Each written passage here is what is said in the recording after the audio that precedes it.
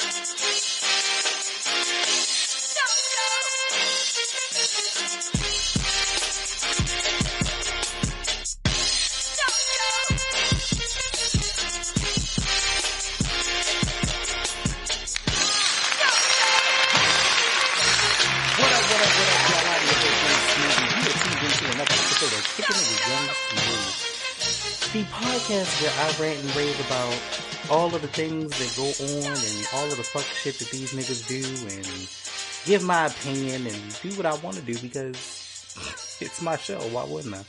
Don't forget you can check me out on SoundCloud, iTunes, TuneIn, Google Music, which I would say, but of course, Google Podcasts, Spotify, and also the YouTube channel, which is also Kicking It With Young Smooth. Don't forget to like, share, subscribe, tell a friend to tell a friend to tell their friend to tell another friend, and all them friends and all that good stuff.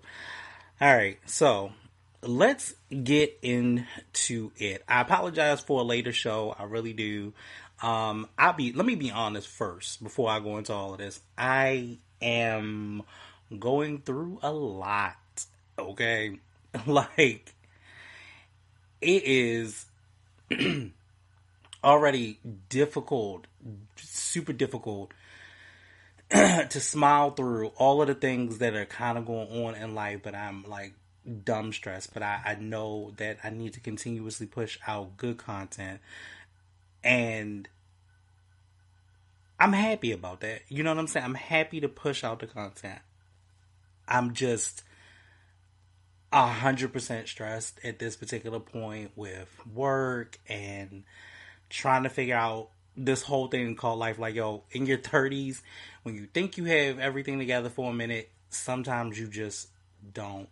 And it's okay, but I'm not gonna lie to y'all, I am tired.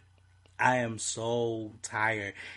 And I don't want this to feel like this is a declaration, like I don't want to do this show anymore, and I don't love hip hop, and I don't know, but like I almost feel like part of me is spinning my wheels in a lot of things that are going on in my life, and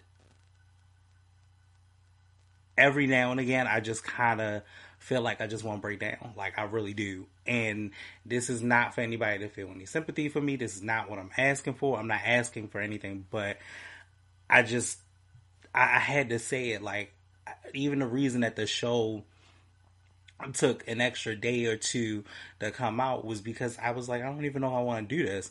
And I'll be honest with you, it's not that I don't want to do it anymore, because I pushed so very, very, very, very, very hard for all of it, and so many great things have come out of it. But I'm gonna be real honest with y'all, like, I feel like there are days that I'm just spinning my wheels, and I just don't know. I just don't know. I want to. I'm not even going to lie to y'all. There are days that I just want to scream and break out crying. And why am I giving you all this information? I have no idea. But if it helps someone to say, yo, sometimes you're gonna have days like that. You're gonna have days where, like, I want to fucking kick over chairs and all type of shit, and I want to continue to laugh about everything, and like, yo, it got down to a point where even looking for stories, I was like, I don't give a fuck about none of this shit. I don't give a fuck about nothing, and it's not the fact that, like, this or what I do or trying to change up what I do is gonna make it's not making me mad. Like, I'm not mad. I'm just frustrated. Like, I'm frustrated as fuck, for real. And I'm not broken, but I'm tired. Like, I'm just, and I know we shouldn't say that we tired. I know that we should just push on and be great, but I just needed a moment. I needed a moment. But I know it's weird. It's weird to come out with this at the top of the show. Like, goddamn, where the happiness? And, like, I know. I'm sorry. But moving on, I just wanted to let you know why the show was late, because I owe it to y'all. I owe it to everybody that sits back and does listen to this show, and I really appreciate it. I really do.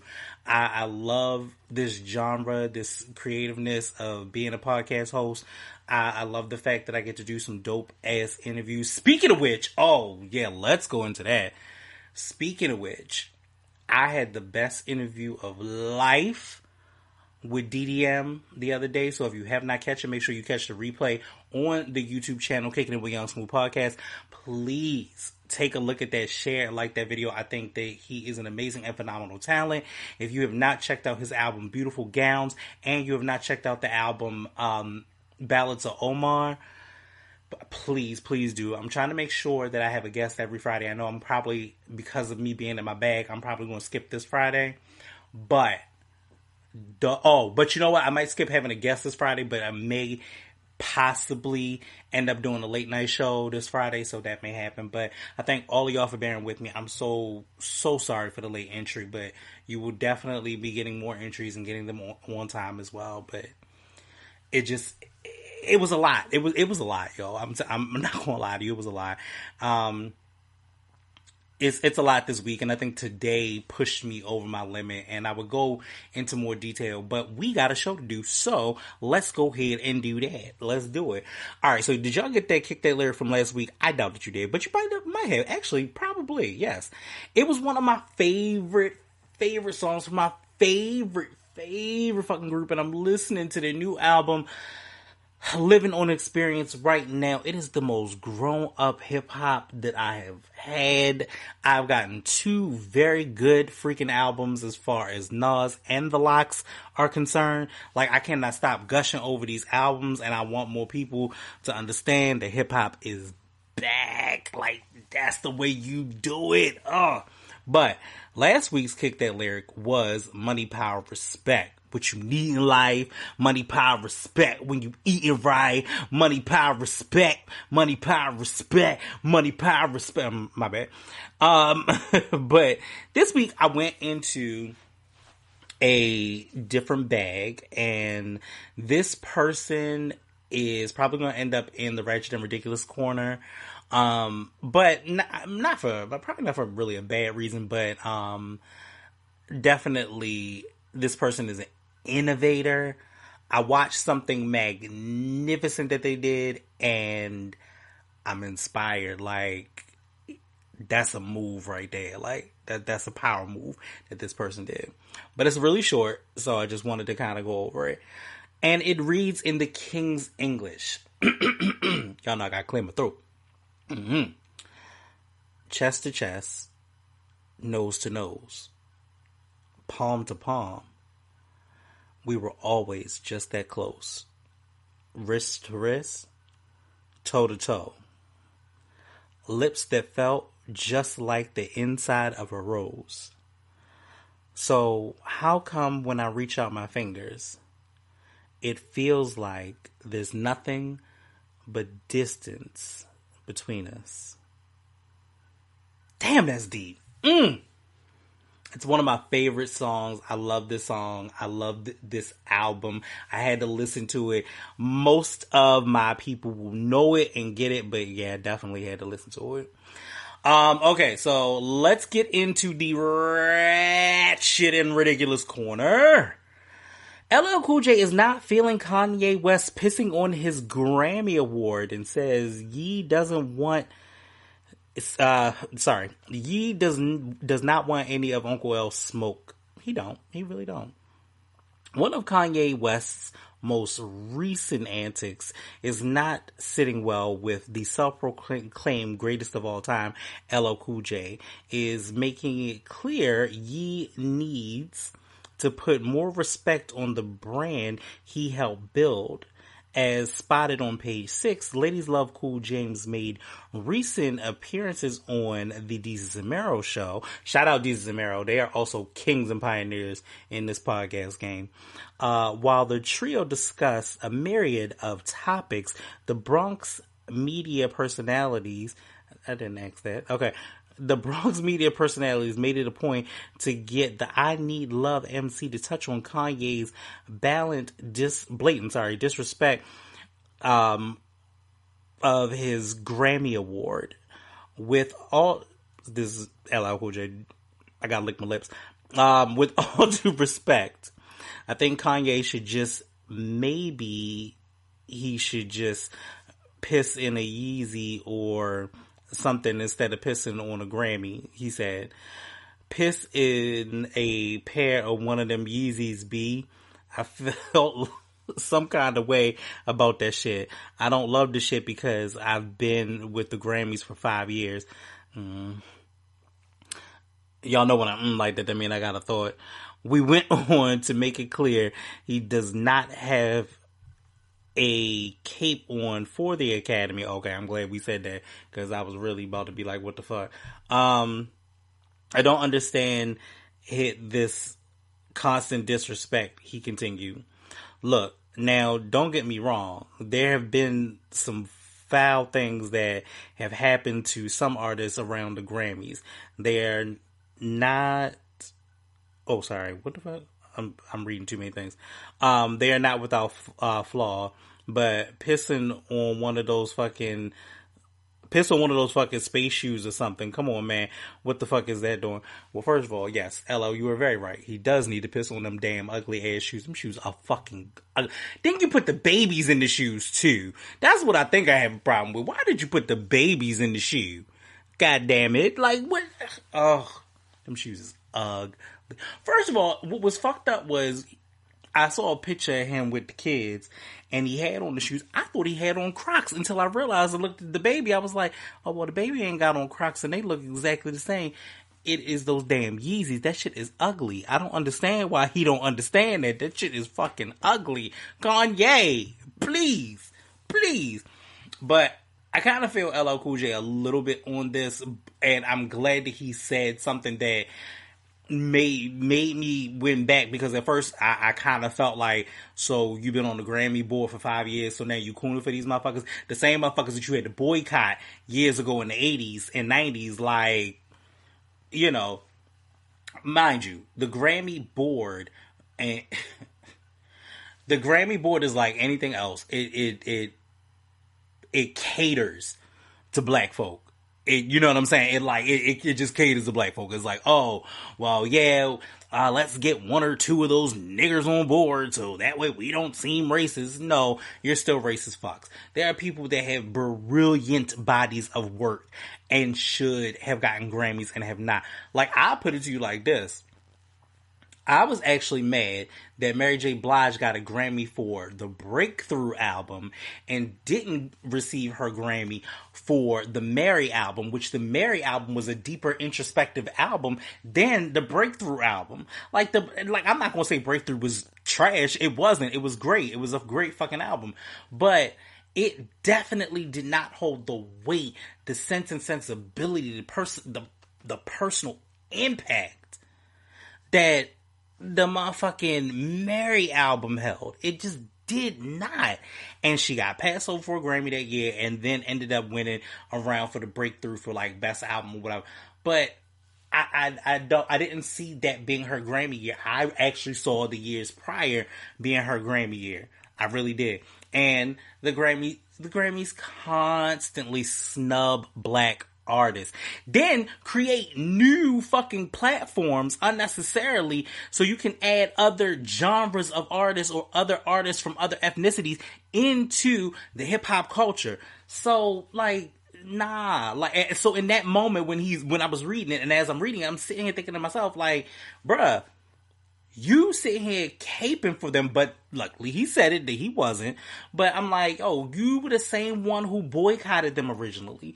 Like, yo, I understand that you shucking and jiving and they put you in a monkey suit, and y'all can say what you want to about LL, but you in a monkey suit sitting there caping for the Grammys when they don't give a fuck about us. They have never really given a fuck about us. Our music is secondary, but our music is so copied and duplicated on a regular basis that it makes no sense. So they're quick to do that, and then quick to praise it from artists that are less than the artists that come out on a regular basis. So I know I feel LL on one instant, but then Kanye should not have pissed on the Grammys. But on the other hand, on the other end of it all, I've been like, yo, Kanye, y'all know what? As crazy and as neurotic as we always seem to try to make Kanye out to be, Kanye ain't all wrong. And every lie and every rant and every piece of craziness, there is a piece of truth somewhere. I don't believe that Kanye's completely crazy. Like when he sat back with the tweets talking about, you know, North, if they kill me, don't let them know, you know, let them know that I was a good man. I believe this shit. I believe that there's something sinister in the Kardashian home, and all of that shit will come to light very soon. Speaking of which, before I move into the other thing, I have seen the Jaguar Wright situation, and a part of me believes her as well. But I will say that I also saw Talib Kweli respond to Jaguar Wright. And if you guys haven't watched it, you may want to watch like the Storm Show or just YouTube. You ain't got to Google it. Just YouTube Jaguar Wright, and all of the rants and all of that will come up. But she spilled a lot of tea about a lot of people in the industry. A lot of people are saying, well, why now? Why not now? Because at least she ain't 80 years old and divulging all of this information. A friend of mine, Singleton actually, shout out to my girl Singleton if you're listening, asked me a question about what was her end game. Like, everybody's kind of, it's weird. It's weird when you kind of rant like this and you go in and you're like you're taking hostage shots and shit at people. So it's like, what is her end game? Her end game is like, yo, to give music back to the artist, and in addition to take down Clive Davis. So actually, I'm sorry. Her original mission is to take down Clive Davis. If y'all don't know about Clive Davis is a big portion of a lot of parts of this industry, from Jive Records that he created to just dealing with like Whitney Houston and Mariah Carey and Alicia Keys, and you know, list goes on and on. But he has not done a lot of those artists right at all, and he hasn't, and that's been a very proven fact. It's very much so. This is where Diddy learned it from. Andre Harrell learned it from Clive, who passed it on to Diddy, and I think the practices are still the same. What a lot of people don't realize in actuality, I want to say that Clive Davis, I believe, and I may be wrong on this, but he was a lawyer. And he didn't even practice entertainment law, to be honest with you, before he became a record mogul. He was like a lawyer. So, and I forgot what kind of law he practiced, but he definitely was not in the heart and soul of entertainment. It's not like that's one of the things that we don't have. We have a strong person that sits at the head of the throne of this, but never wanted to create and do it like we do. But it's capitalizing off of all of that, is taking money off of all of these people, all of these artists, and ruining a lot of their lives. So I don't think that Jaguar Wright is completely wrong. Like, yo, we gotta have a level of discernment for these rants and raves that Kanye goes through, and even Jaguar Wright. Like, we have to have a level of discernment for it. However, I honestly believe, in my heart of hearts, all of it ain't a lie. Now, she took shots at Common, and here's the thing. I'm gonna stop right there. I'm not even gonna go into it because I think I want to try to talk about it on the late night show a little bit more. But there are a lot of, there's a lot of truth behind every rant and every lie. So that, I'm gonna leave that there. Anyway, moving on. SZA confirms dating Drake in 2008 and clarifies she wasn't underage. Thank God, because y'all know y'all would be mad if the Champagne Poppy was out here with youngins and shit.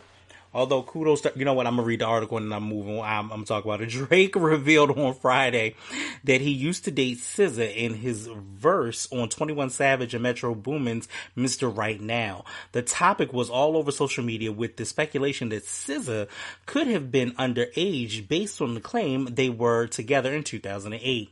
SZA went on Twitter on Sunday to confirm their relationship and clarify she was over the age of 18. She states, so it was actually 2009, LOL. In this case, a year of poetic rap license mattered, LOL. I think he just innocently rhymed '08 with wait. Ain't nobody, sorry, I don't know why I said that. Because I was about to say, ain't nobody got time for that. Anybody who really knows me and was around during the time can confirm it's all love and peace. She also went on to say, I just didn't want anybody thinking anything underage or creepy was happening. Completely innocent, lifetimes ago. Well, let me tell you something. I'm glad, because y'all would be very mad if Aubrey was out here, you know, pulling the R. Kelly or anything of that nature. Secondly, kudos to you, SZA. Kudos. Because Aubrey looked like he had fucking Down syndrome around that time. He did not look the way he do now. I'm so happy. I'm so happy. Like, it does my heart well. You know what I'm saying? That Aubrey is getting his just dues. He is still a phenomenal rapper, so, you know, there is that. Anyway, so moving on, Meg Thee Stallion performed Savage on Saturday Night Live. Saturday Night Live had a season premiere episode last night, hosted by Chris Rock, and had Megan Thee Stallion on musical guest duties. Also, note that Issa Rae is going to be on this Saturday, this coming up. I am excited to see that. I do hope I think that is going to be funny. I was listening to the read, and they are very right that Saturday Night Live has been kind of like hit or miss. It sometimes hits you with the politics and sometimes doesn't. I didn't really get a chance to watch all of the whole, you know, situation. I really just watched for Meg's performance and just wanted to see it. And I also have a few thoughts about that as well, because that is going to be literally a whole thing. And I'm going to read on anyway. The latter used her performance to call for the protection of Black women. Meg performed her single Savage in coordination with 4 dancers and plenty of gyrating. It was a lot of gyrating. It was a lot of coochie popping for SNL. I ain't gonna lie. Towards her performance conclusion, audio of Malcolm X riding for Black women cuts in. The most disrespected, unprotected, neglected person in America is the Black woman, says the slain civil rights activist. Who taught you to hate the texture of your hair, the color of your skin, the shape of your nose? Then Tamika Mallory's voice is heard taking the tap dancing Connecticut Attorney General to task. Daniel Cameron is no different than the sellout Negroes that sold our people into slavery by savages. Then it was Megan's turn, and she states, "We need to protect our black women and love our women because at the end of the day, we need our black women." She said from the stage where, and then said, "Protect the black woman." Was projected on the background screen. We need to protect the black man and stand up for the black man because at the end of the day, we're tired of seeing the hashtag for our black men. Very powerful. Very, very much so. I am all here for Megan and doing the things that she does. I love the level of empowerment. I love the fact that she's, taking no prisoners at this particular point. I'm very, very, very excited for her. Y'all feel it coming. There's a however. However, there is a lot of gyration and pussy popping, okay? Young Thug came out for her second song, which is the I don't know what the hell the damn song called. However, this is where my Illuminati conspiracy theory kicks in, okay? Because it is a lot. I don't mean no harm. Real quick, Megan's new song with Young Thug ends up having a lot of Illuminati symbols, and there's a lot of imagery. I want us to be very clear. I know I don't want to go down that rabbit hole because I have been down that rabbit hole in like 2008, 2009, and I ain't trying to go back. I'm definitely not. However, I do need us to be careful on the imagery that we pick in these videos and the imagery that we pick in the background. Like the floor, the black and white situation is MD mind control. You know what I'm saying? Like a lot of that stuff is very, very subjective to be kind of looking at. Like everything that you see in front of you is not always what you think it is. Like y'all about to make me go back into my conspiracy bag, and I'm not doing this. I'm not doing this today. However, one of the things that I do think about from time to time is that all of the things that we see are in plain sight. Bruh, like, it is right in front of your face. You know what I'm saying to you? They ain't got to lie to you because they really telling you the truth the whole time. You know what I'm saying to you? Like, the way that the world's changing, we've already talked about the way that the world was going to change. And things have already come into fruition. Like, for instance, this is something that I say that is so strange to me. So me being an 80s baby and being, a kid in the 90s and this, that, and the third, and saying at one point that there will be a computer in every home, never lent to the fact that, like, only like a decade later, 2 decades later, you're like, not only is there a computer in every home, there's a computer in every pocket. Crazy stuff. I'm not going down this road, but however, I don't particularly care for Megan's new song. It's not great. It's not like the rest of the stuff that's been kind of leading the charts, where you had like Savage and you got and you got like WAP and all other stuff that's kind of okay, but like this one just didn't do it for me, and something just didn't sit well in my spirit. And even in the performance, despite all of the great messages, like the stuff from Malcolm X, you know what I'm saying, and Tamika Mallory, like all of those things were amazing and great, and messages that we needed to hear and we need to take and hold to heart.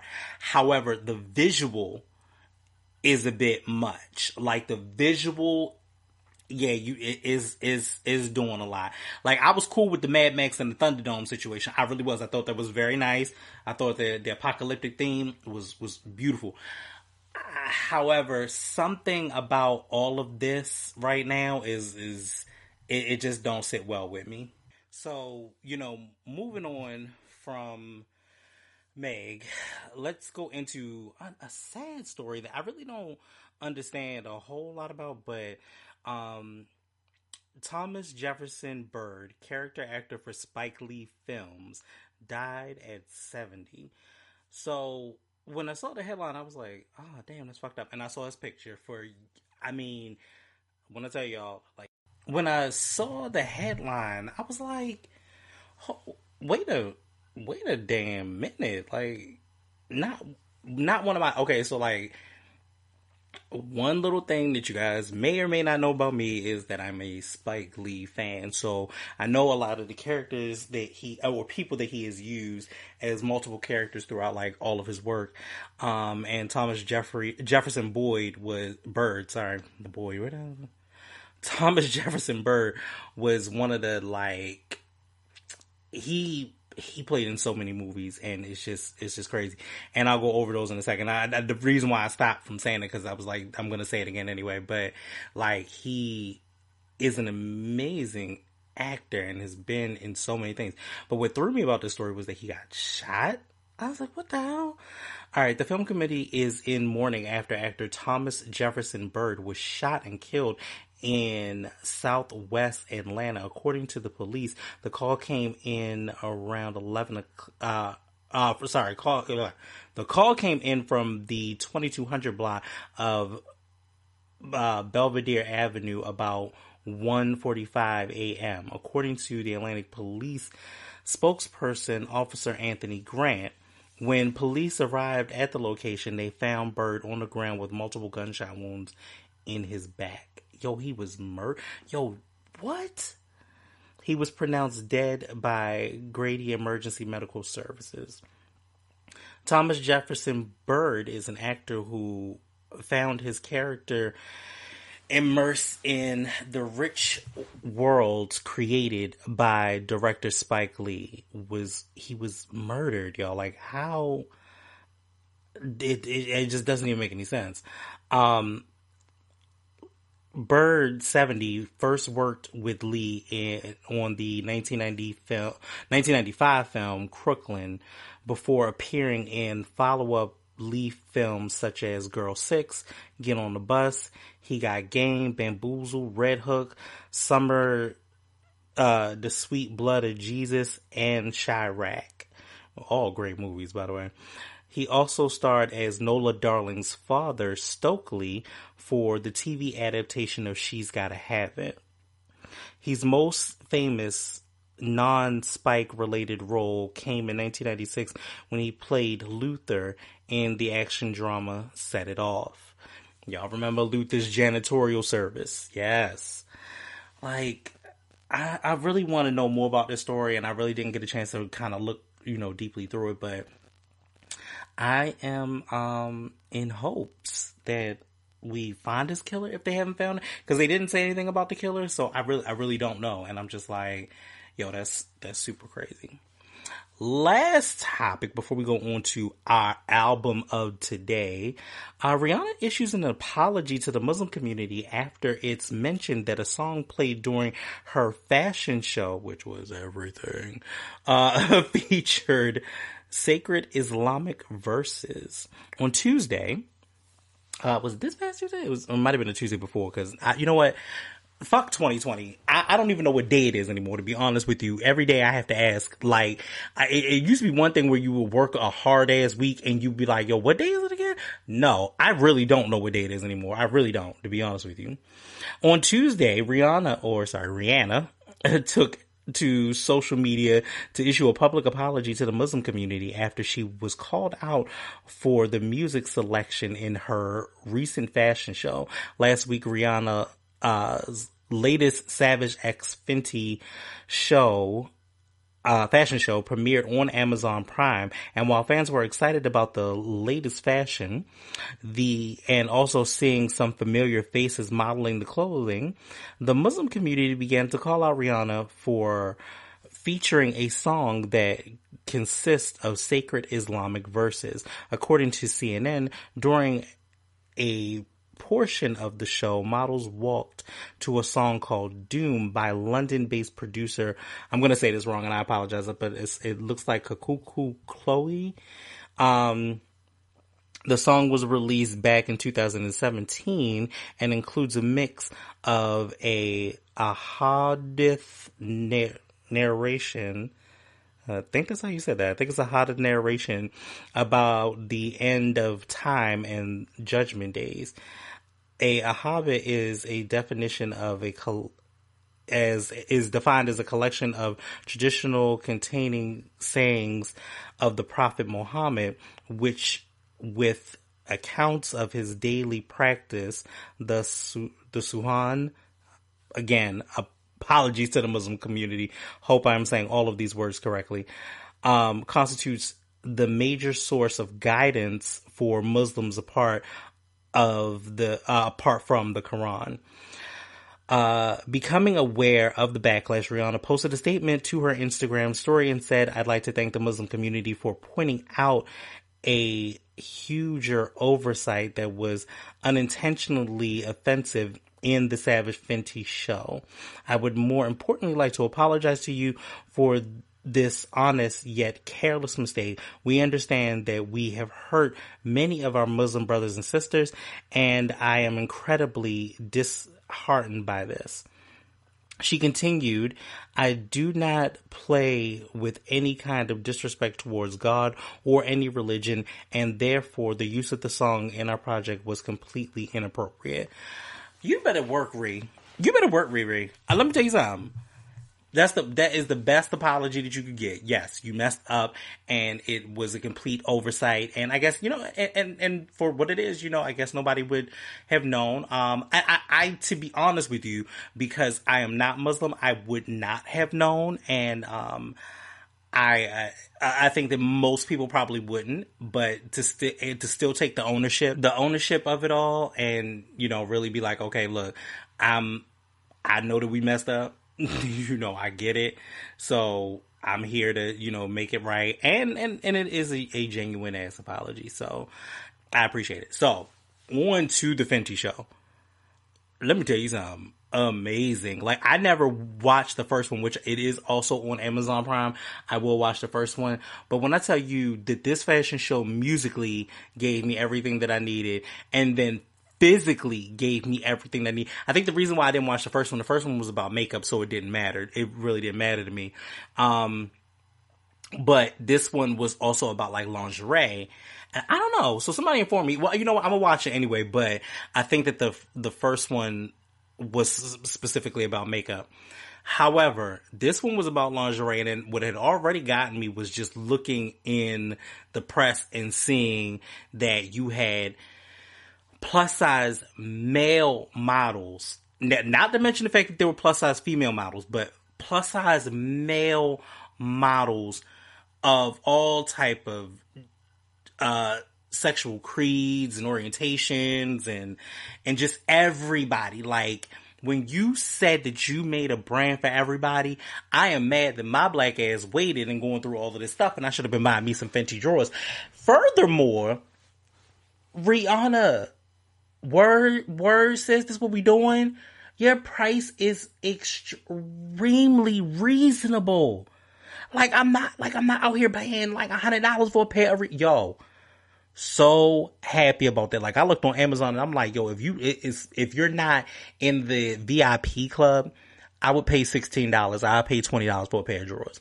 Like, I'm not mad at that. Like, that's cool. Now, normally I would get my drawers in the pack and get like 3, 4, 5, 6, 7, 8 for a bundle, but to be honest with you, I think that is super, super dope. Like, yo, you really are not charging people arm and a leg because it's your name.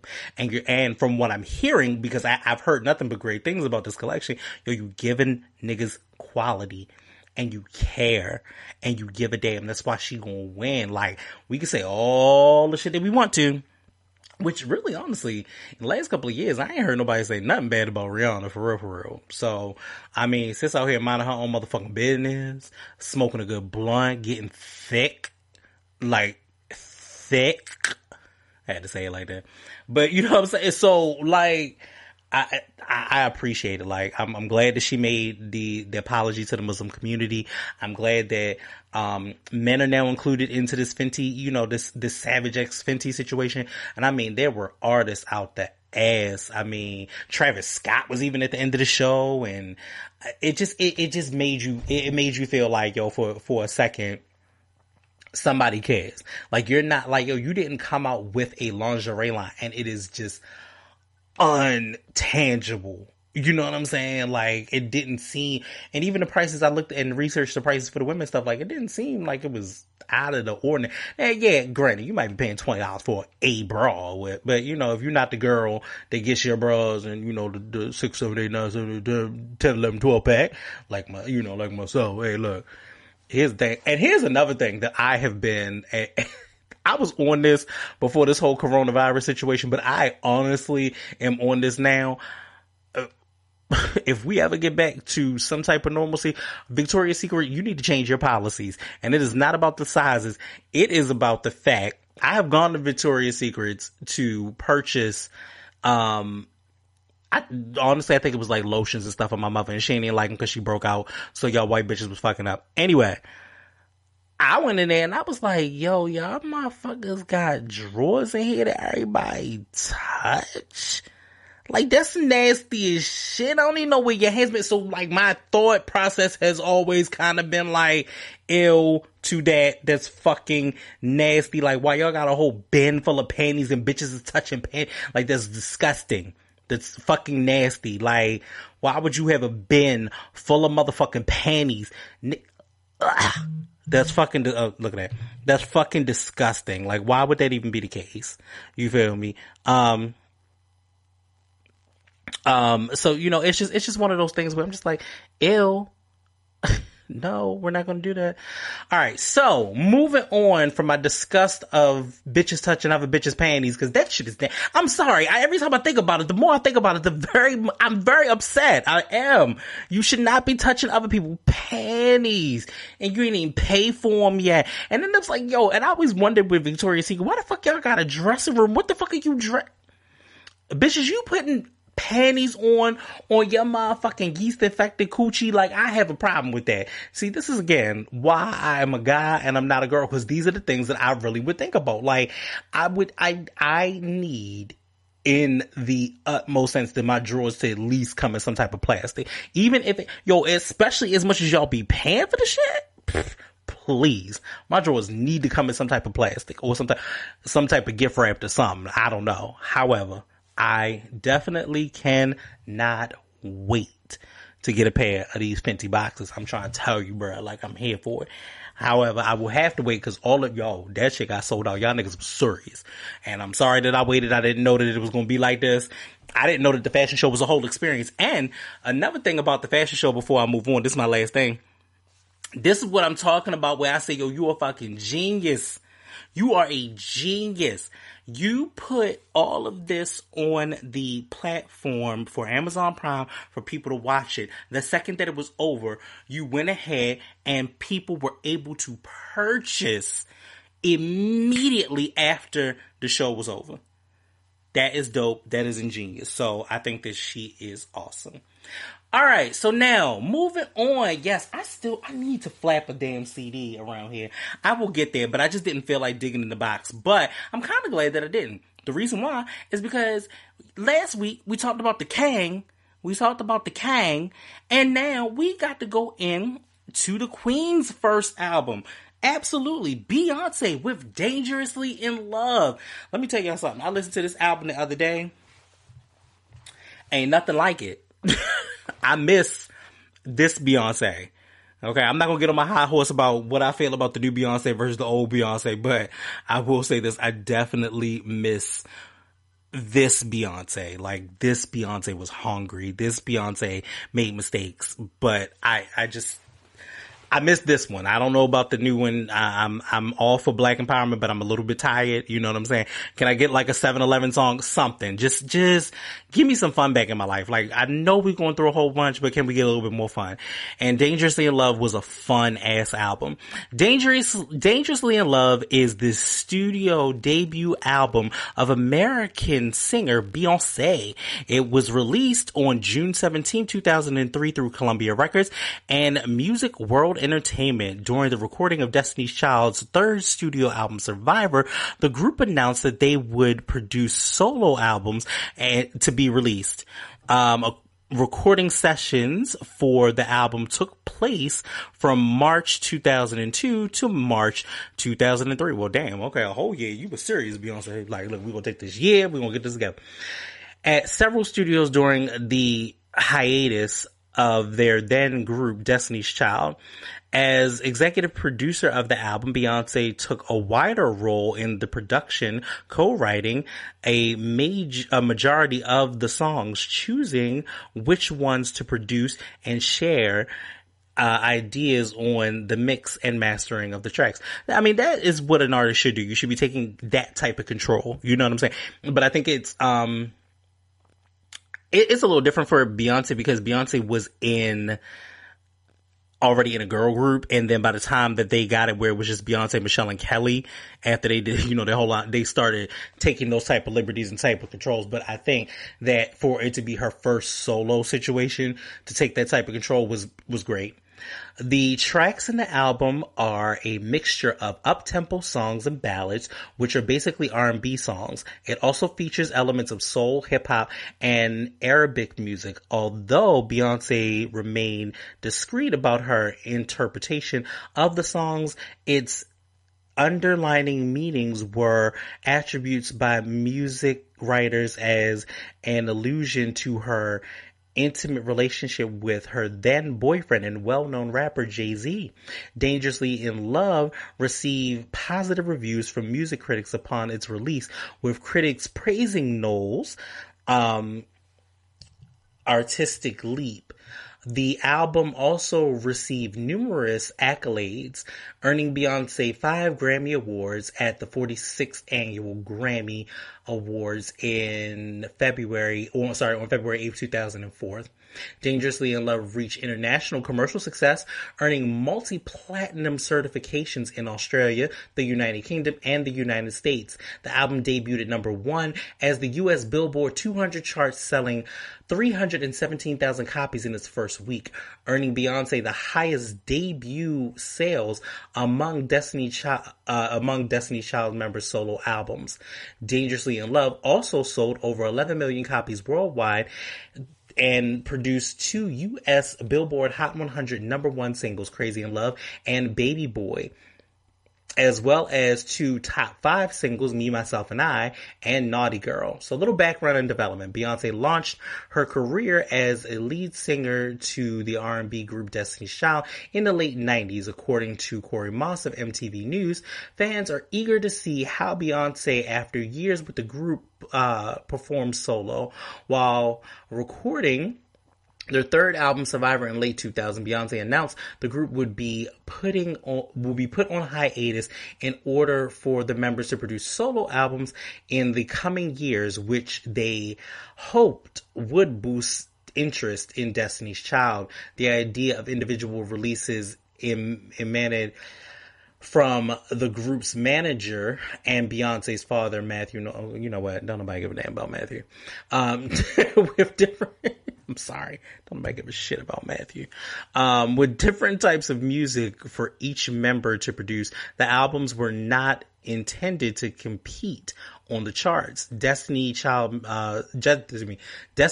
management strategically planned to stagger the release of each group member's album to maximize sales. Michelle was the first to release her debut solo, Heart to Yours, in April 2002. Meanwhile, Beyonce's debut on the big screen starring in the comedy film Austin Powers and Goldmember, and recorded a debut single, Work It Out, which is featured on the soundtrack of the film. Roland collaborated with American rapper Nelly on the song Dilemma as a featured artist. It became a hit that year, leading the label to advance the release of her debut solo album, Simply Deep, in late 2002. Pause, let's take a footnote right there. Y'all slept on that. That was actually pretty good. I'm not gonna lie to y'all. Kelly got a little deep.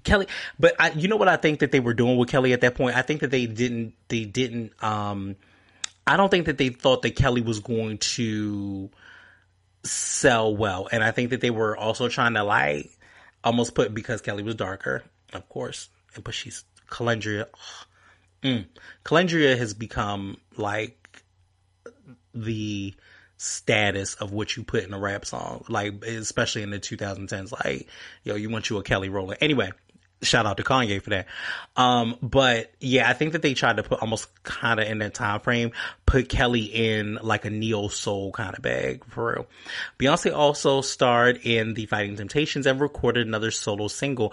In August 2002, she collaborated with boyfriend Jay-Z, featured vocalist on the song '03 Bonnie and Clyde. The single earned Beyonce credibility and paved the way for the release of Dangerously in Love. All right, now recording and production. Before Beyonce began recording for Dangerously in Love, she selected the producers with whom she would collaborate. For 2 days, she held meetings with prospective producers from the West Coast across the East Coast and had interviews with them. Beyonce went to Miami, Florida, to begin sessions with Canadian recording producer Scott Storch. First of all, let me tell y'all something. Excuse me. Scott is a beast. Scott is a beast. Musically is a beast. Okay. And he might have had a little drug problem at one point and was dating Lil' Kim. The Lil' Kim part has nothing to do with it. I was just pointing that out there. But he a beast. Like, people want to say because he's Canadian, he's white, like he would be a cultural vulture. No, he knows this music and loves his music. And sometimes they're just people that just may not look like us, but they love this music. And he is definitely one of them. But Scott Storch was her first collaborator and lived in a Miami hotel in the following months. As she wanted to concentrate on the album, Beyonce took her time to avoid pressure buildup, significantly different from the hasty production of the Destiny's Child. Oh, that makes sense now. That makes a lot of sense. Because Beyonce is faithful for saying, bitch, y'all get it when I fucking give it to you. So that makes sense. And I like that. The fact that that was what she was taking in those earlier parts of her career. As she did on Survivor, Beyonce took a wilder role in the production of Dangerously in Love, co-writing a majority of songs, choosing which ones to produce, and share ideas in the mix and mastering of tracks. Although Beyonce did not create beats, she came up with melodies and ideas she shared with the producers. With 43 songs completed, 15 of which made it to the album, Beyonce, wow. I had to pause again. That means, wait a minute, hold on. With 43 songs completed, but only 15 of those songs made it to the album, bitch, what else you got? What else do you have? I would love to see what this era would have been with them other songs, yo. With them other like 20 some odd. Yo, I would love to see what that era would have been. I wonder. Damn you, Beyonce, and your secretness. That's unnecessary. Anyway, so it was with 43 songs completed, 15 of which made it to the album. Beyonce is credited as co-writer and co-producer, as well as the album's executive producer alongside Matthew Knowles. Beyonce felt that recording an album without her group mates was liberating and therapeutic, coming into the studio and freely expressing her ideas with her collaborators. The dependency she developed with Destiny's Child, however, meant it was harder to be her own creatively, as she wanted to grow as an artist. Beyonce contracted other artists with a view to forming a collaboration partnership. When the collective finished writing several songs, she printed copies of each and sent them to prospective guest artists. She talked to them by phone for possible collaborations, eventually gaining their approval. Besides Jay-Z, Beyonce was also able to work with Jamaican artist Sean Paul, American rapper Missy Elliott, among others. In contrast, some artists sent copies of songs to Beyonce, which were eventually produced. Beyonce also worked with Elliott and Timbaland on a track titled Wrapped Around Me, but it ultimately failed to appear on the album. Dangerously in Love was originally a song of the same title which Beyonce had written for Survivor. The song was deemed too sophisticated compared to the other songs on Survivor, and the group decided not to release it as a single off of that album. After recording several tracks for Dangerously in Love, Beyonce decided to add Dangerously in Love after realizing it fit the overriding theme of the album. Since the album's release date was postponed to capitalize on the success of Dilemma, Beyonce had been offered the chance to further enhance the album. Although she was disappointed with the move, Beyonce realized that everything happens for a reason. Agreeing to return to the recording studio to work with other songwriters, this allowed her to record more songs, including the album's lead single, Crazy in Love, in late 2002. Beyonce paused working on Dangerously in Love for a holiday tour with Destiny's Child, with a few weeks left for the recording in March 2003. Beyonce was still collaborating with other guests on the album, including Sean Paul and Diddy.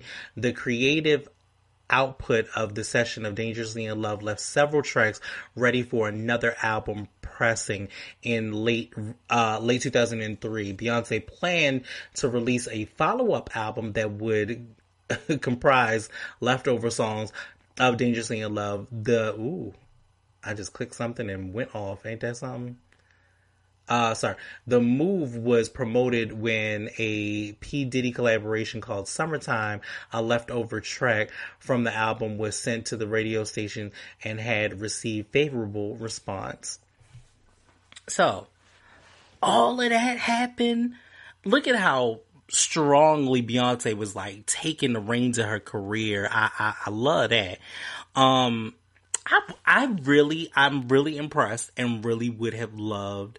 I would like it even not even just for the money, because fans would, the Beehive would go in droves for this. They would swarm in droves. If you just had, hey, by the way, like just one day, just out of the blue, because that's what Beyonce do. Just one day was like, look, check this out, right?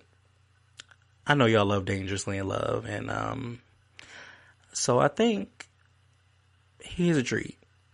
Here's some tracks that you have never heard. And my voice is different now. My voice don't sound quite like that, because it's not because she was younger, so it's not gonna sound like that. But she's like, yo, so here's a treat. I probably will never perform these songs. Maybe never. You know what I'm saying? Because again, they're gonna have such a older 2000 vibe and an older feel. But just something for the fans. Like, hey, here, look, I just want y'all to have this. I don't know when a new album is coming out. I don't know if we ever getting out of quarantine, but here you go. Little something. Y'all good. Okay. So, music and lyrics. Beyonce's mother manager, Tina Knowles. Miss Tina. We love Miss Tina. She's so awesome. And her corny jokes on Instagram actually do be having me dying, I ain't gonna lie. And Dangerously in Love, it said that Dangerously in Love showcases her musical roots.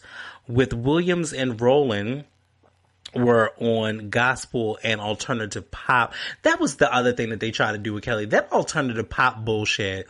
I don't know.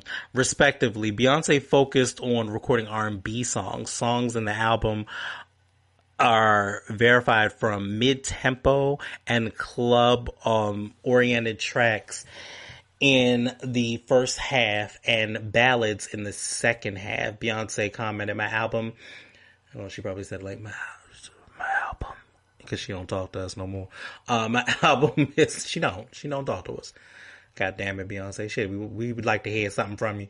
We would like to hear something from you other than the national anthem and breathing into the damn microphone. But I digress. That was a couple of months ago. We're fine. My album is a good balance of ballads and mid-tempos with just ride in your car feels, a lot of up-tempo club songs to really sexy songs to songs that make you feel emotional. It's a nice mixture of different types of tracks. Although the album contains high energy songs like Crazy in Love and Naughty Girl, the album's focal mood, however, is a slow and moody. It was because like once you got to like Me, Myself, and I, it pretty much was like that.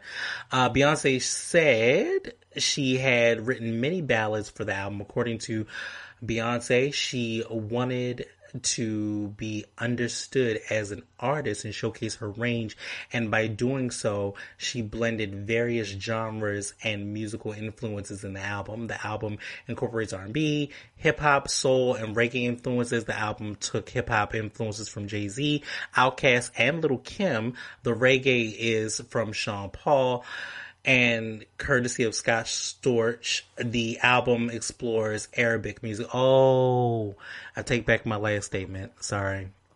He's not white. He is Arabic. Okay, sorry. His personal study at that kind of music gave, or maybe he is white. You know what? I don't know. You know what? I'm not gonna do this with Scott Storch. I'm not gonna do it. If you know, correct me, because I hate to be wrong like that. Like that's unnecessary. The album explores Arabic music. His personal study of that kind of music gave the album a Mid-Eastern vibe. Beyonce and producers also used a wide variety of instrumentation. Yes. When 03 Bonnie and Clyde was released as a single in late 2002, critics and the public had speculated that Beyonce and Jay-Z were having a mutual affair. Despite widespread rumor, they remained silent about the relationship and everything the fuck else later. But according to critics, the title itself of the album sounded more intriguing with Beyonce singing. Personal songs.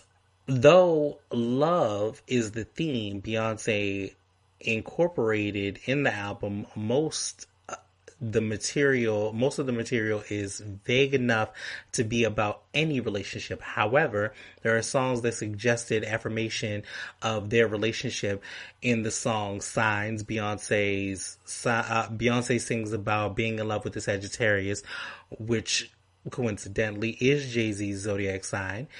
In relationships to pre-existing rumors about them, Beyonce stated, people can come to whatever conclusion they like. That's the beauty of music. I'm a singer. I'm a singer. I'll talk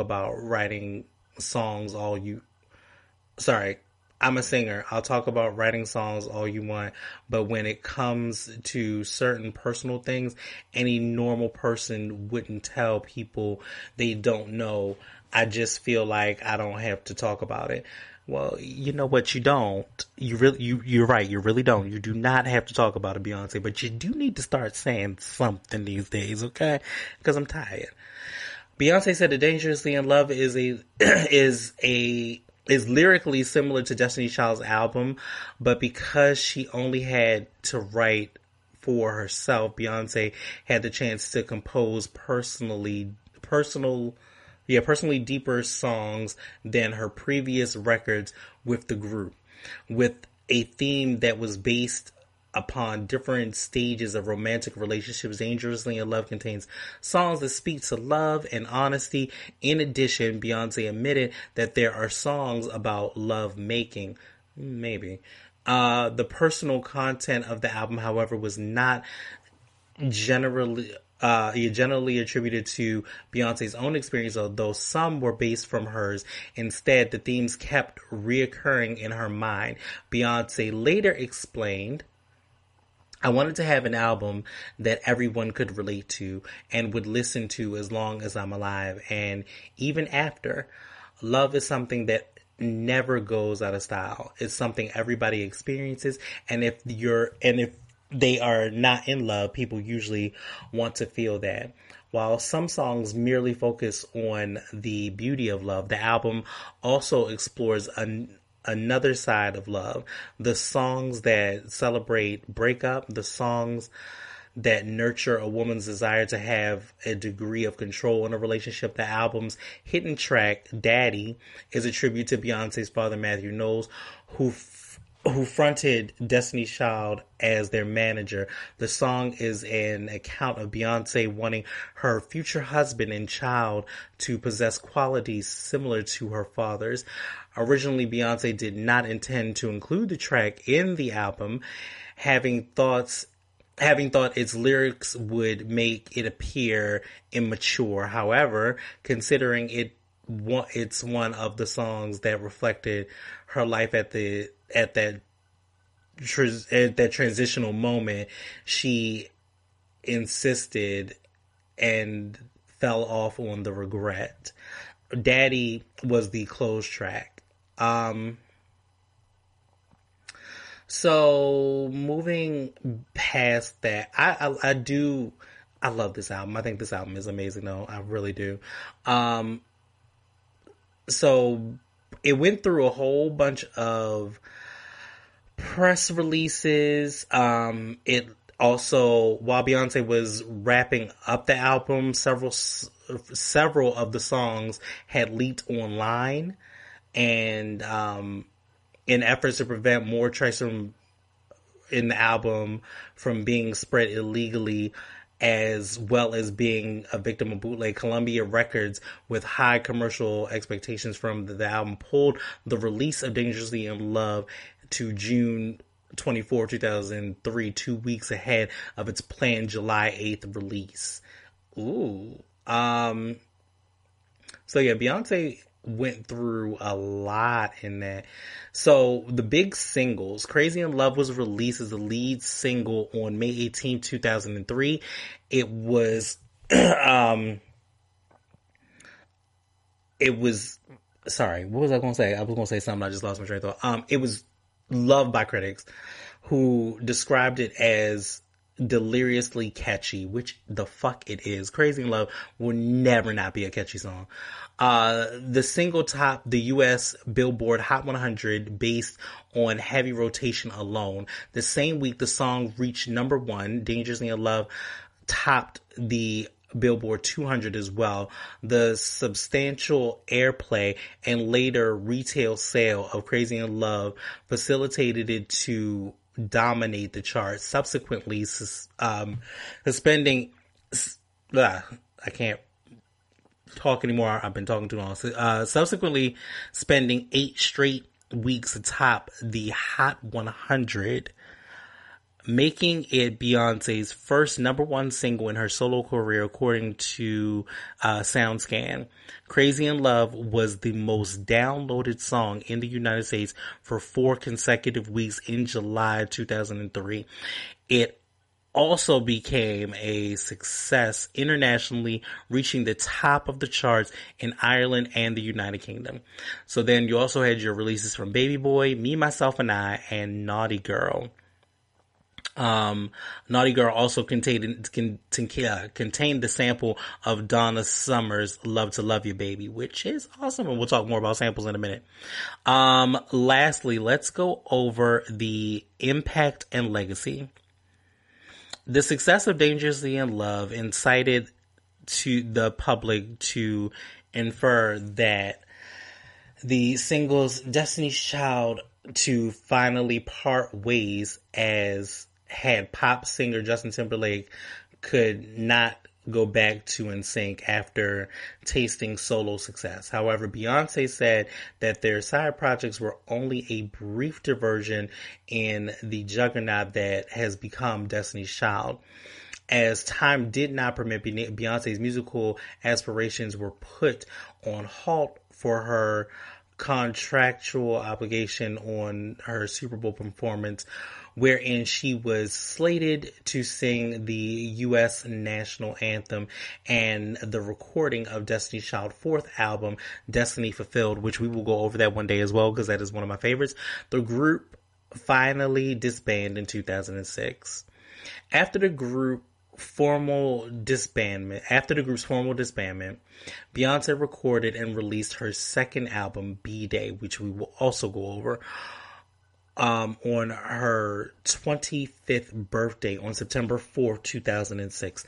The album gave Beyonce her second number 1 in the United States, and its debut week sales exceeded that of Dangerously in Love, the former having sold 541,000 units despite the album's first two singles' average commercial performance, neither of which reached the peak of the Billboard Hot 100.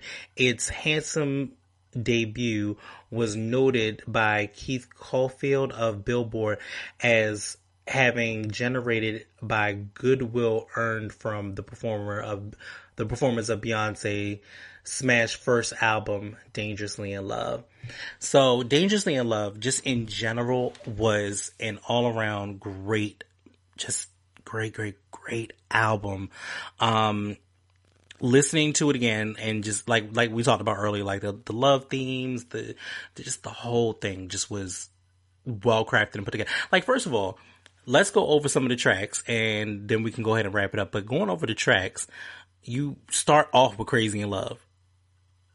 Like, all of a sudden, all I hear is burn, burn, burn, burn, burn. Like, you just hear that instantly, and you're like, which shout out to the DMV as well. Which shout out to DC, because that is go-go music all day, every day. Speaking of which, one thing that I want to say, and this is a side note, no, you know what? I'll save that for the end. So then you come up with Naughty Girl. You come up with Baby Boy. You come up with Hip Hop Star. Yo, one of my favorites because it was very breathy and just earthy, and it had Big Boy and Sleepy Brown on it. And then Be With You, which is also like a huge, did I go over the samples? I didn't go over the samples, but, also a big sample. Me, Myself, and I. Yes, which was very sexy. Signs with Missy Elliott. Speechless is on the GTD mixtape. Just want to put that out there. Speechless is on the GTD mixtape. It is serious. That's How You Like It, which also was another one featuring Jay-Z. That one I think also might have been on the GTD mixtape. Little known facts. Oh my God, why am I going to tell y'all this? Am I going to tell y'all this? I think I'm going to tell y'all this. Oh. I don't know if I like y'all like that to tell you. I'm going to tell y'all. All right. Speechless was our first song that we made love to. Like, yes, Speechless is now I'm about to play this shit. Y'all dumb. Y'all stupid. I'm not messing with y'all tonight. I'm not doing this. As I say this and no one is here, it's just me. But no. Yeah, Speechless was that song. Yo, she say, I can't, my throat hurts to even try this, but she said, "Where you been, baby? I've been waiting for you all day. Waiting for you to use the key that opens my place." What? Oh shit. I'm not gonna tell you how that R&B makes me feel. Anyway, and then also some other tracks that were added, and I don't remember, was it in it? I think it is. But The Closer I Get to You with Luther Vandross, and then Dangerously in Love, Beyonce's Interlude, A Gift from a Virgo, and Daddy. Again, an amazing, an astounding ass album. It just was. It just takes my breath away. It is. I remember that moment. I remember like 2003 for me, which y'all have to understand is that Dangerously in Love is part of my love story. Like I always talk about, like there's certain music that goes in a certain kind of way, and Dangerously in Love is definitely part of my love story. It was 2003. I met my wife in, I just got out of high school in 2001. I met Maxine in 2002. We got married by like 2005. Wow, that shit went by quick. Like right now we're on 15 years. Yeah. And look, I have to start saying it like that because I am starting to get to a point where I'm just like, I don't remember. But yeah, we're at that point, where you just kind of start forgetting, you like, ooh, we still together? That's what's up. So 16 years, I think my 16th year anniversary, I know my 16-year anniversary will be December 1st. But yeah, it is an amazing album. It is part of my history. So, there is that. There was something else that I was going to say when I got to the end of this, but I don't quite remember at this point. I don't know. It's probably because I'm sleepy and trying to do this like super late. What was it? I was going to say something. Damn. I don't remember. And you know what's going to fuck me up? I'm going to listen to the playback of this later and be like, oh, that's what I meant to say. Damn. I had something I had a thought and I don't remember what it was. Trying to read back. You know what? I really don't. I don't remember what it was. However, and I'm going to be pissed because I'm going to literally pinpoint the point where I was like, oh, wait. Okay. Now remember. No, I don't. So I just want to thank everybody once again for bearing with me. And I know I had to like really pour my heart out in the beginning of this episode. And I'm like, well, why am I doing this? But I was stressed. But actually doing the episode right now has made me super happy. It really has. It definitely has. So maybe this is my therapy. We all need a little bit of therapy. Therapy is real. We cannot turn the blind eye to mental health at this point. We definitely everyone, all of you, we all need it. It's like massively important. And sometimes just saying it to y'all and, liking the comments and all that good stuff. And I'm happy. I'm happy. I'm happy in a real way. I'm not happy just to say that I'm happy. I'm happy in a real way because there's a big difference between being happy and just being like, oh, I'm happy. I'm good. I'm happy. I'm happy. No, it's being like, yo, I'm genuinely happy. I'm full. And full spiritually is good. It's a good feeling. It's better than just being like, oh, I'm full. Yeah, I'm happy. When you say shit like that, you're usually lying. And I'm not lying. I'm like, I'm happy. I'm good. I want to go out with the usual fear, false evidence appearing real. It's only real in your mind if you make it real in your mind. And Beyonce said, look, I might not have had the group behind me. You know what I'm saying to you? But I could do this. I could do this. I'm good. But sometimes it does feel awkward. You know what I mean? It feels like when you have to step out and do something that is completely out of your element or doing something alone. You know what I'm saying? Like for the first time, you're definitely at a point where you're just like, I don't know if I can do this. Like, I don't know. So I was grateful that Beyonce, we're all grateful that Beyonce was able to step out on her own. Okay. So don't forget to, check out the YouTube page. Some of the shows actually do go up on the YouTube page in addition to the late night shows that I do and also the interviews, which I'm going to work on those, but I'm glad I did take a break this week and hopefully I can start catching up with some of my favorite artist friends and we can get back into what they're doing and how that's working out. And like I said, I just want to be the Angie of my city. I still look up to Angie Martinez gratefully, like all the interviewers and all that good stuff. Like I look up to Angie completely. But aside from that, right now, don't forget, because I done said it and I'm gonna say it again. I am on all of these platforms. I need you to look at a brother and be like, oh snap, he out here. You know what I mean? Let me tell a friend to tell a friend he out here. But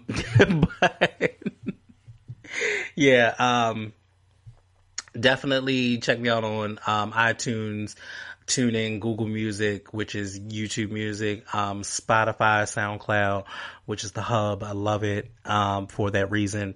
Aside from that, that's pretty much it. Nothing really new going on, but just keep me in your prayers. Just I don't want to take up this much time and not do the work. Aside from that, that's pretty much it. Yep. So once again, you have been kicking it with Young Smooth. Now, don't you feel better about it? All right, y'all. I know you do. I will talk to y'all next week and on time. I'm not on no Erykah Badu shit. I'm not on no Lauryn Hill shit. Okay, I'm not gonna be late. Fuck that. All right.